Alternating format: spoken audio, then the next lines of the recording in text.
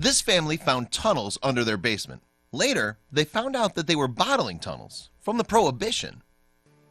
When you think about the 1920s, you can imagine cars racing up the back roads of Northwood Hills, revenuers hot on their tails as the bootleggers screech into darkened garages. Before we begin, make sure to smash that like button, subscribe to our channel, and click the notification bell for more amazing videos. But it's not what you imagine when you buy a house in Palm Beach in the present days. The remains of that era are not around anymore. But as we've seen so far in different lives and amazing stories of findings all over the world, sometimes bits of the past just come up to the surface, or you go down to the past. This is precisely what happened to George and Barbara Ann Paddock when they went through in their new home. They bought a lovely house in a historical neighborhood back in 2019. The house was also built back in 1926, and it was a cozy salmon-colored house surrounded by lots of greenery perched on a coastal ridge high above most of West Palm Beach, so high that the house is 44 feet above sea level. That means that the home has a rare basement, a feature that's very rare in Palm Beach houses. This adding to a house in the area was made only by persons who were looking to create an illegal liquor settlement in the time of Prohibition. At least, that's what the rumors say. Paddock said he had no idea of the history of the house until he started chatting with a neighbor that lived in the house back in 1980, but who had since moved across the street. That neighbor turned out to be Joe Ponce, a well-known historian, famous for his Worth Avenue walking tours in Palm Beach. He became the official historian of Palm Beach Chamber of Commerce and the Breakers, as well as being the president of the Historical Society of Palm Beach County. Between chats, Ponce asked him if the tunnels were still there between the basement and the garage.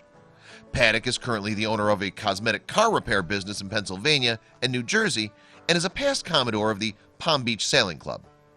Paddock and his wife were just shocked by that comment, and they started looking for the tunnels right away. The tunnels weren't visible in plain sight, and until then he thought there were only cobwebs and spiders in that basement. But an idea was implanted in his head. He went down there and he took the difficult task of clearing everything away. And there it was, just as his neighbor said. Some tunnels tapped out, and that wasn't seeable from the basement, only at plain sight. He just had to get to the bottom of this mystery. The discovery took Paddock for extreme surprise. He was amazed by the fact that he hadn't looked further into the basement, and he now encourages people to check out their old houses to see what treasures they hold. It's entirely worth it. During Prohibition from 1920 to 1933, bootleggers would sneak booze from the Bahamas and elsewhere and haul it ashore in Palm Beach.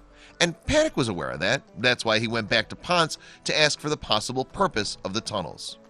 The incredible Ponce, who died at an astonishing age of 98, told Paddock that the owner of the house back in 1920 used to go back to the shore, load up his truck with a lot of liquor, and then he proceeded to move it up hills to hide it in those tunnels.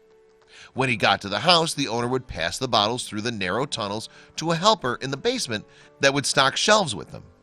Then they proceeded to claim the goods of the illicit business by selling the bottles from the basement, right under where the dining room sits. When Paddock started to clean the basement, he proved that the story that told Ponce was right, as everything this man has said in his life. And the shelves where the bottles were held were still there.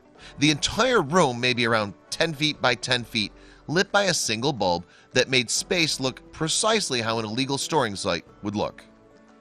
The tunnel entrance, an opening on the side of the wall, has been partially covered over with concrete, but it's there, a tight squeeze at about 2 feet by 2 feet.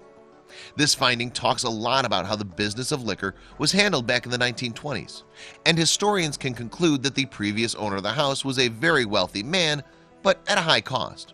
This type of illicit storages would get raided, and the person that made it would be charged with different felonies. How many stories could this house tell? Either way, for Paddock, it's an honor to have such a fantastic piece of history in his house. And he's kept the tunnels just as they were, as an honor to the story the fantastic basement tells.